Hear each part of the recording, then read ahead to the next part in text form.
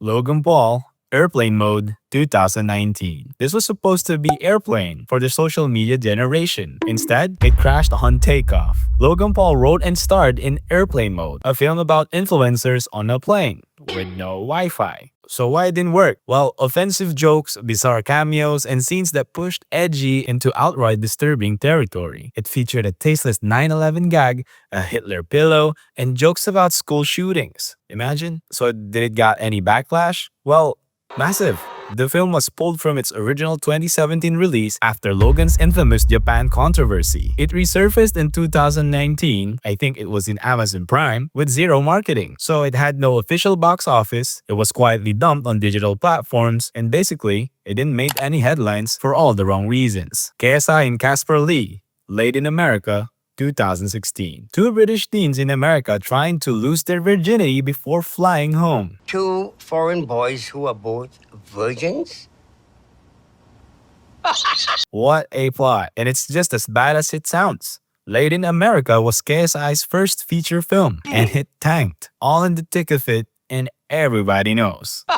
So why it didn't work? Well, forced jokes, poor acting, and a tired premise. Critics and fans alike said it was trying to be super bad, but ended up being super dull. It got 4.3 over 10 on IMDb, and I don't even know if KSI still remembers this movie. Logan Paul, The Thinning 2016, and The Thinning New World Order 2018. The first one actually wasn't that terrible. In fact, some fans actually liked the concept, a society that kills students who fail in standardized tests. But when the sequel dropped, things went downhill. And fast. So why do you guys think it didn't work? Well, obviously, the timing. The Thinning New World Order was delayed due to Logan Paul's, surprise, 2018 scandal in Japan. By the time it was released, the damage was done. Audiences were no longer sympathetic and obviously not interested anymore. So how was the plot? Well, it was messy. It was all over the place. And Logan's acting, well, let's just say it didn't win any awards. So did it make any money? Well, possibly from YouTube Premium subscriptions. But since YouTube stopped producing scripted originals not long after, it's safe to say The Thinning wasn't profitable enough to save the strategy. Jake Paul, Disney Camp, 2016. Produced by YouTube Red. Remember that? Dance Camp was supposed to showcase Jake Paul's acting chops. But what the hell, boy? What we got was a generic be yourself through dance movie. Minus the fun. It's like Step Up, but like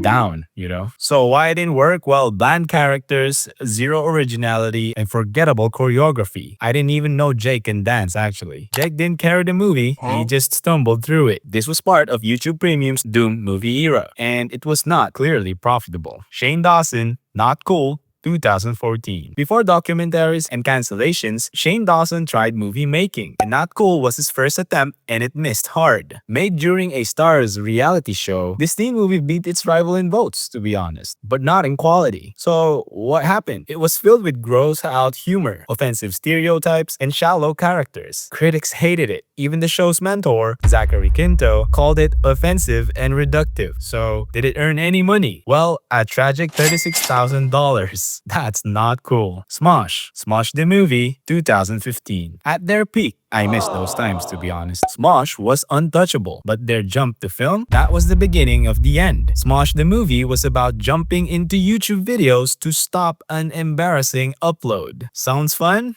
But it wasn't. It felt like a 90-minute sketch. The big deal is I'm a working professional now, and you need to respect that. With outdated jokes and product placement everywhere. Fans grew up, and the humor didn't. Rotten Tomatoes audience score gave it a 42%. With limited digital release and no theatrical numbers, it didn't boost their brand. It in fact buried it. Lily Singh, A Trip to Unicorn Island, 2016. What happens when a vlogger makes a documentary about herself? You get a trip to Unicorn Island. Part world tour, part motivational speech, and part self-promotion. Unicorn Island is that state I reach when I decide everything's gonna be okay. From that, I don't even think this movie will work. It felt overproduced and superficial. Fans wanted a real insight. What they got was branded fluff. Audience reaction were mixed, and even loyal subscribers felt it was shallow. This definitely gave YouTube a reality check with their YouTube Red campaign era. Lily Singh, Doing It, 2015. This musical comedy short film tried to be funny,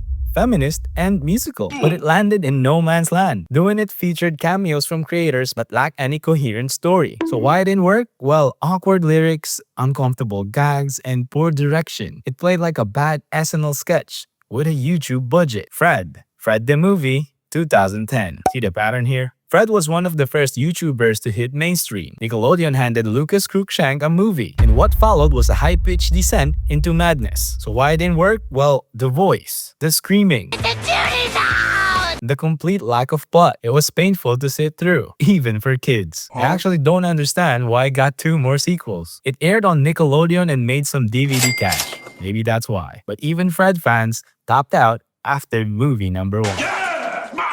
Ryan and Sean's Not So Excellent Adventure, 2008. 2 early YouTube stars, the OGs, on a quest to become famous. What could go wrong? Well, everything. This movie was like a bad vlog with jokes that didn't land even in 2008. It was loud, it was random, and painfully unfunny. It was loved briefly by preteen fans, hated by everyone else. It was only released via DVD. It's obscure even in YouTube standards. That's 6 minutes. Thank you for watching. Like the video and don't forget to subscribe for more flops.